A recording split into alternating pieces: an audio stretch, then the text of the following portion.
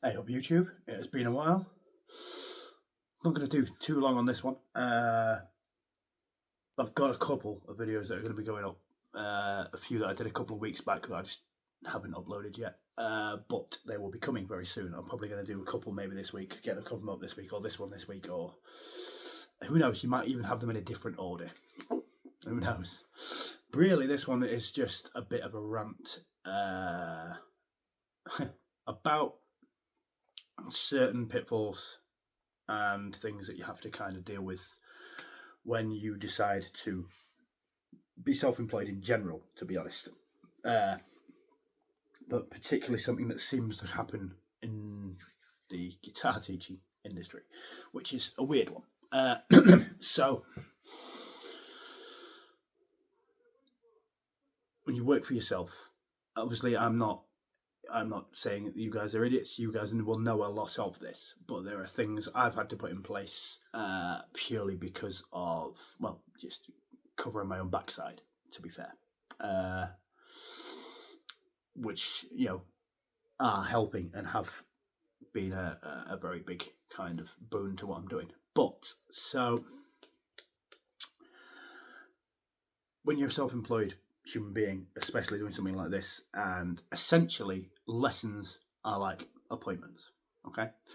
And there seems to be a thing, particularly I find with instrument lessons, that if you cancel a lesson, so some people aren't necessarily bothered about this, but if you cancel, don't turn up or have to rearrange or whatever, it can be sometimes at short notice. And essentially, like, if you were working in an office or doing whatever, and you were, you know, getting paid by the hour and all that kind of stuff, you know, you get things like sick pay, or, you know, if, say, for example, somebody doesn't show up for something, you still get paid. Like, you know, you get paid for your time. With this, if, you know, if I can't do a lesson because I'm ill, for example, or if somebody, or if another student has something come up and they can't do the lesson and it's last minute, there is an easy chance of me losing out there.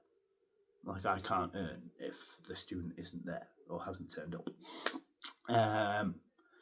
And so, you know, I was talking to our lass the other day, and she said, well, she said it multiple times, that, you know, it's very much the same as if you know, somebody kind of wants to go and get, you know, she goes to go and get her nails done, or wants to go and get her hair done, or anything like that.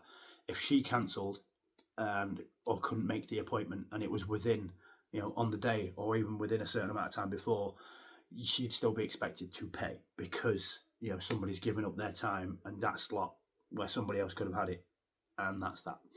Now, there's numerous ways around this. There's the whole taking a deposit thing beforehand, which is all right, but I necessarily don't like that.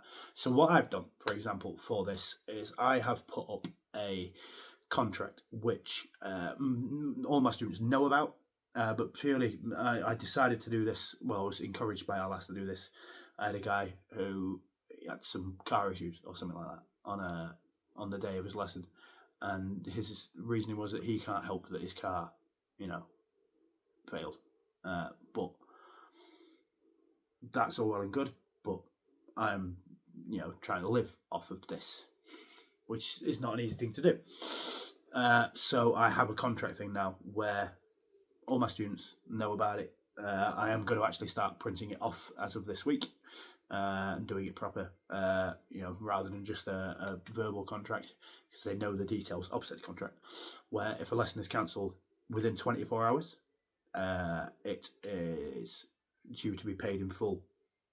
If it's within 48 hours, you pay half. That protects me and, a loss of earnings kind of thing. Because this is, can be an absolute nightmare of a thing to navigate around, because you have to keep everything going. You have to keep this stuff going, which I have been very lax on, the YouTube thing and the social media thing. You have to keep going with that all the time. You have to keep all the ideas coming, which they don't come from thin air. I have to sit down, I have to think, and I have to also try and not do things that everybody else is already doing, because I don't want to just be a run-of-the-mill kind of carbon copy of everybody else out there. I am very much my own person, and that's kind of what I want to be like. So it is a very interesting and sometimes just brutal on the brain thing to kind of get through. But I get to play guitar for my job, so I'm not going to cry too hard about it. World's smallest violin and all that. But there are things I think sometimes people do kind of forget about, and sometimes it can get dropped on you and you're like, oh, bugger. Like, relying on this kind of thing. Because for me, for example, lessons, I do a block booking thing.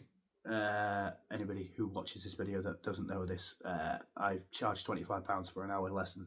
If you book 4 at once, you get 5 lessons. There is a thing. And that, so sometimes there's the beginning of the month or whenever somebody gets paid, I might get a chunk there of here's 4 lessons worth of money. But otherwise, if people generally just want to pay when they pay, then it is, the money comes in as and when it does. So it's not like I get big chunks in. I get bits at a time throughout the week. It comes in as I do it. I get paid as I work, rather than here's a wage at the end of the month kind of thing. And yeah, it has its pros and it has its cons all the way around. But it's, I guess sometimes it's not as simple as what people may possibly think. There are times where I do question kind of going, do I go and do something else alongside this? But then I'm really not very good at anything else. So, this is what I do. I suppose I'm a guitar player. I was put on this earth to do this and to be very sarcastic and just be a bit of a prat really. But I just thought I'd have a little ramble about that. There'll be some more bits and bobs coming soon. Thank you for watching. I'm going to play some guitar and over my definitely not inspired by Maggot Brain loop. Honest. I just changed the key.